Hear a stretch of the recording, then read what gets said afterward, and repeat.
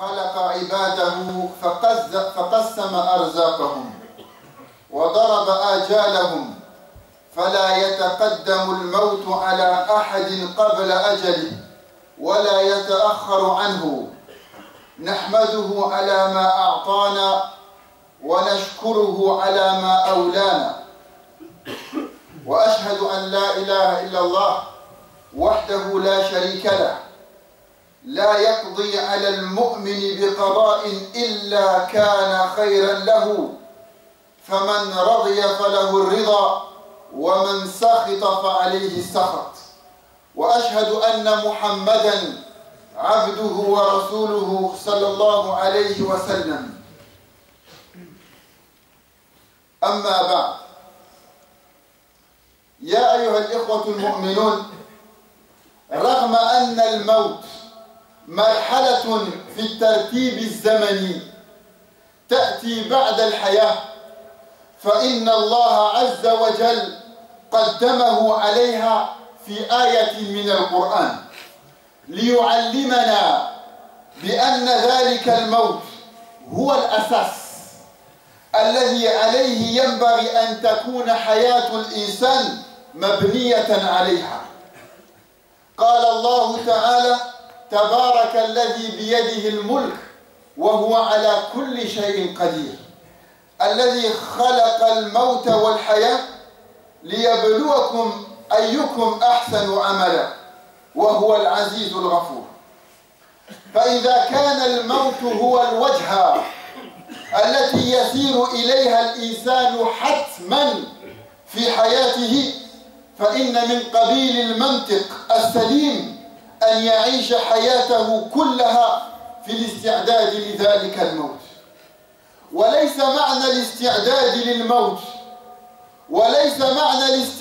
للموت في الإسلام أن يعيش الإنسان حزينا مهموما يمتنع من العيش انتظارا لفراق الدنيا، ولكن يتجلى معنى ذلك الاستعداد في الإقبال إلى الله بامتثال أوامره التي فيها سعادة الإنسان في الدنيا والآخرة، واجتناب نواهيه التي فيها شقاوته.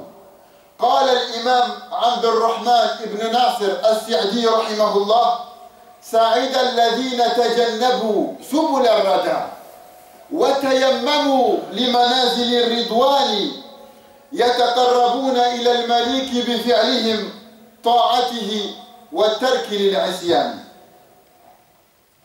Mes chers frères et sœurs en islam, bien que la mort, chronologiquement parlant, dans la vie d'une personne, vient après la vie, mes chers frères et sœurs en islam, bien que la mort, chronologiquement dans la vie d'une personne, vienne après la vie, Allah, glorifié soit-il, a fait précéder la mort sur la vie dans un verset du Coran. Et cela afin de nous enseigner que la mort est la base sur laquelle se doit d'être construite la vie de l'être humain et plus particulièrement le musulman. Allah, le Très-Haut, nous dit ce qu'on pourrait traduire par: béni soit celui dans la main de qui est la royauté, et il est omnipotent. Celui qui a créé la mort et la vie afin de vous éprouver et de savoir qui de vous est le meilleur en œuvre. C'est lui le puissant, le pardonneur.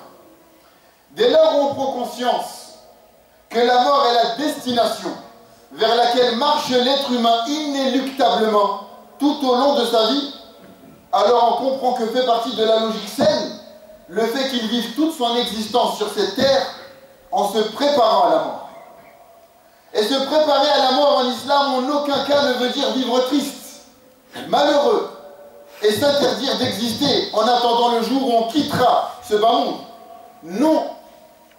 Mais le sens de cette préparation à la mort réside dans le fait de se diriger vers Allah en se conformant à ses commandations dans lesquelles il y a ce par quoi l'être humain sera heureux dans la vie d'ici-bas et dans l'au-delà, tout en s'écartant de ces interdits dans lesquels il y a ce par quoi l'être humain sera malheureux. Ahbab, رأيتم كم كثرت في هذه الأيام الأخيرة الصلوات على الميت، وينبغي لذلك أن يؤثر فينا وأن يجعلنا نتذكر بأن هذا المكان بجوار المحراب الذي نضع عليه الميت لنصلي عليه نحن اليوم هو المكان الذي غدا تضع أجسادنا ليصلي عليها آخرون.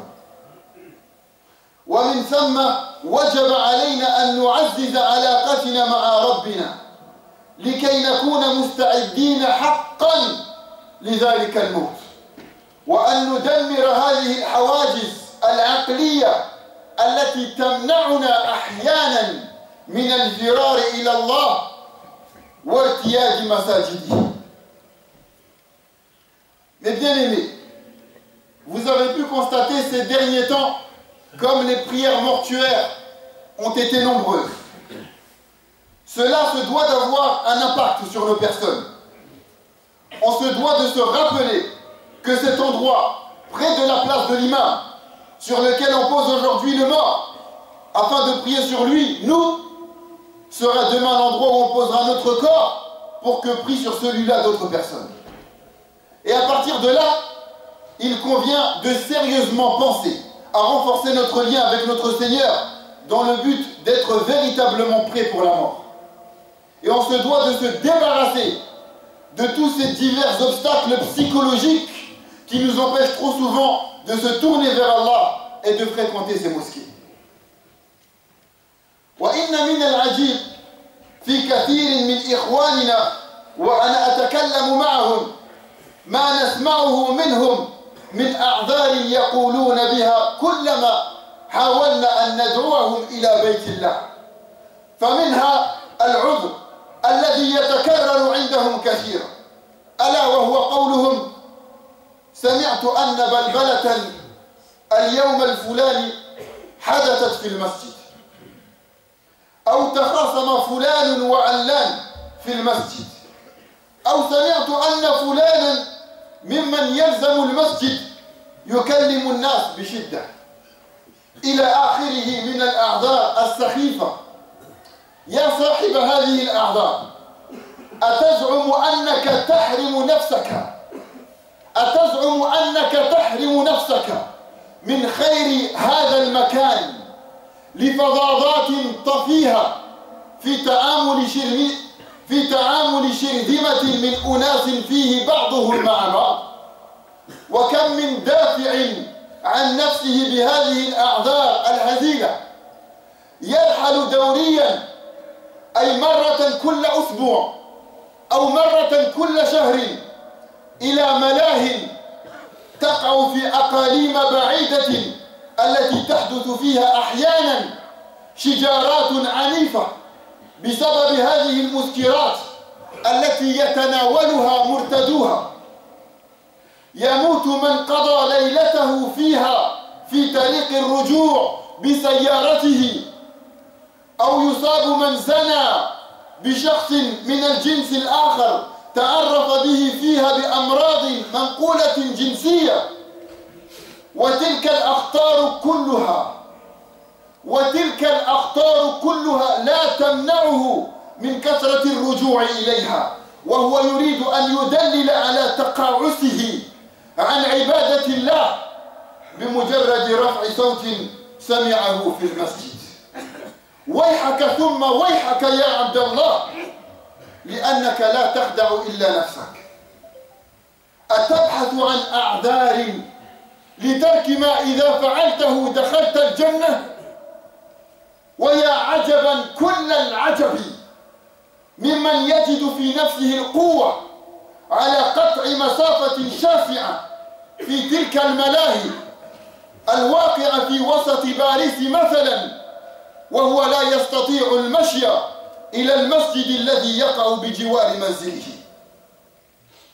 بل قد تجد مثل هذا قادرا على مقاومة زمهرير الشتاء وازدحامات الطرق وإضرابات الوسائل النقلية كلها فقط ليدفع من ماله كي يدخل هذا المكان الذي فيه يشرب الناس الخمر ويزنون فيما بينهم ولا يجد في نفسه الطاقة بالقصد إلى المكان الذي فيه يتعبد الناس لرب العالمين. فكيف يرجو الإنسان الجنة إذا أتبع نفسه هواها ولم يدنها؟ وكيف يرجو السلامة لنفسه في الدنيا والآخرة إذا أعرض عن الصالحات وأكب على المعاصي؟ Et parmi les choses sidérantes qu'on entend aujourd'hui chez nos frères, il y a ces excuses grotesques qu'ils sortent à chaque fois qu'on leur exhorte à venir plus à la mosquée. Et dans ces excuses, il y en a une qui revient régulièrement. Et c'est la suivante. Moi, je ne viens pas à la mosquée parce qu'un jour, il y a eu dedans de la discorde. Ou encore, moi, je ne viens plus à la mosquée parce que dedans, j'ai vu un tel se disputer avec une autre personne. Et toujours dans le même style, moi, je ne viens plus à la mosquée, eh bien parce que il y a parmi ceux qui la fréquentent quelqu'un qui parle aux autres avec dureté. Et autre excuse saugrenue du même genre. Ô toi qui voudrais te disculper par ce genre d'excuses et qui pense avec cela pouvoir s'en sortir.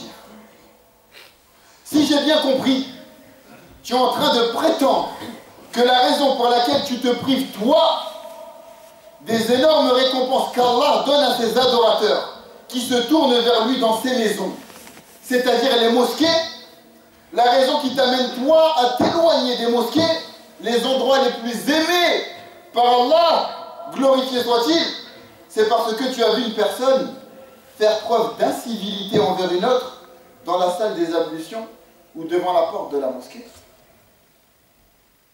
Et combien de personnes qui voudraient se dédouaner de leur éloignement de la mosquée avec ce genre d'excuses pitoyables et burlesques font de longue distance, une fois par semaine ou voire une fois par mois, pour aller jusqu'à l'autre bout de l'île de France afin de se rendre en boîte de nuit, dans lesquelles parfois de violentes bagarres éclatent entre personnes qui auraient consommé dans ces endroits des boissons enivrantes, à cause desquelles certaines personnes ayant passé la soirée là-bas meurent en voiture sur le chemin du retour. Il y a aussi ceux qui attrapent de graves maladies sexuelles, et il y a aussi ceux qui attrapent de graves maladies sexuellement transmissibles à cause de rapports illicites qu'ils ont avec des personnes du sexe opposé qu'ils auraient rencontrées dans ces endroits. Et malgré tous ces fléaux, malgré toutes ces calamités qu'on trouve dans ces lieux, cela ne l'empêche en rien d'y retourner et de façon quotidienne. Lui, le même qui justifie ses manquements envers Allah, son détachement de la mosquée, parce qu'il aurait vu à la mosquée des personnes hausser un peu le ton. Cesse de te leurrer par ces excuses risibles, car tu ne trompes que ta propre personne. Chercherais-tu une excuse pour ne pas aller au paradis? Et comme il est étonnant de voir des personnes capables de sillonner de longues distances pour se rendre à une boîte de nuit, ou à une chicha, ou à un bar qui se trouve je ne sais où à Paris, alors qu'ils n'arrivent même pas à faire quelques pas pour aller à la mosquée qui se trouve à côté de chez eux. Parfois, ce genre de personnes affrontent le froid. Parfois, ce genre de personnes affrontent le froid glacial de l'hiver, les embouteillages et même les grèves de transport en commun pour dépenser de leur argent afin de se rendre dans ces endroits où les gens y boivent de l'alcool et pratiquent contre la fornication, mais n'arrivent même pas à trouver en eux la volonté suffisante pour se rendre dans les endroits où on y adore le Seigneur de l'univers. Comment après ça la personne peut-elle prétendre vouloir le paradis alors qu'elle laisse son âme s'adonner aux passions et ne la condamne pas? Comment espère-t-il le salut de son âme dans cette vie d'ici-bas et dans l'au-delà alors qu'il se détourne des actions pieuses et qu'il s'adonne aux mauvaises actions? أقول ما تسمعون وأستغفر الله لي ولكم ولسائر المسلمين فاستغفروه إنه بر رؤوف رحيم.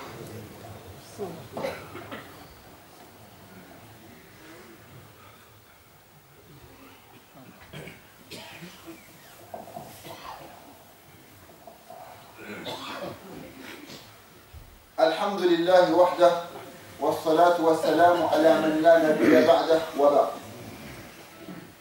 أحباب، الذي يتقلب في المعاصي ويعيش فيها ماذا يقول لله اليوم العظيم يوم يقوم الناس لرب العالمين؟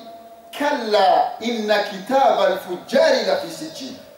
عباد الله، إلى متى إلى متى ونحن نسوف التوبة؟ إلى متى إلى متى ونحن في هذه الغفلة، أي في هذا الإغماء العميق، أو في هذا السكر الذي نحن فيه غارقون، وننسى لقاءنا مع الله جل جلاله. Mes chers frères, la personne qui vit ainsi, comme un libertin, sans foi ni loi, sans règle qui lui dicte sa conduite, comment va-t-il répondre lorsqu'il va comparaître devant Allah subhanahu wa ta'ala, le jour où les gens se tiendront debout devant le Seigneur de l'univers? Mes frères et sœurs, jusqu'à quand allons-nous repousser le repentir? Jusqu'à quand resterons-nous dans cette insouciance, ce coma profond, cette ivresse dans laquelle nous sommes noyés, et oublions notre rencontre avec Allah, loué et exalté soit-il. فلنعد إلى الله تبارك وتعالى بالتوبة النصوحة حتى نكون من المفلحين من الذين يدخلون الجنة إن شاء الله. Alors qu'on revienne à Allah subhanahu wa ta'ala, qu'on revienne à lui avec un repentir sincère, afin que nous soyons parmi ceux qui, Inch'Allah, rentreront au paradis, selon la volonté d'Allah, Jalla Jalaluhu. Inna Allah wa malaikatahu yusalluna ala nabi, ya ayyuhalladhina amanu sallu alayhi wa sallimu taslima. Allahumma salli ala Muhammad wa ala ali Muhammad kama sallaita ala Ibrahim wa ala ali Ibrahim fil alamin innaka hamidun majid. وبارك على محمد وعلى آل محمد كما باركت على إبراهيم وعلى آل إبراهيم في العالمين إنك حميد مجيد. اللهم أرنا الحق حقا وارزقنا اتباعه، وأرنا الباطل باطلا وارزقنا اجتنابه. اللهم اجعلنا من الذين يستمعون القول فيتبعون أحسنه. اللهم نسألك حبك وحب من يحبك وحب العمل الذي يقربنا إلى حبك. اللهم ارزقنا قبل الموت توبة، وعند الموت شهادة، وبعد الموت جنة وسلامة. وصلى الله على نبينا محمد وعلى آله وصحبه أجمعين. لنقيم الصلاة.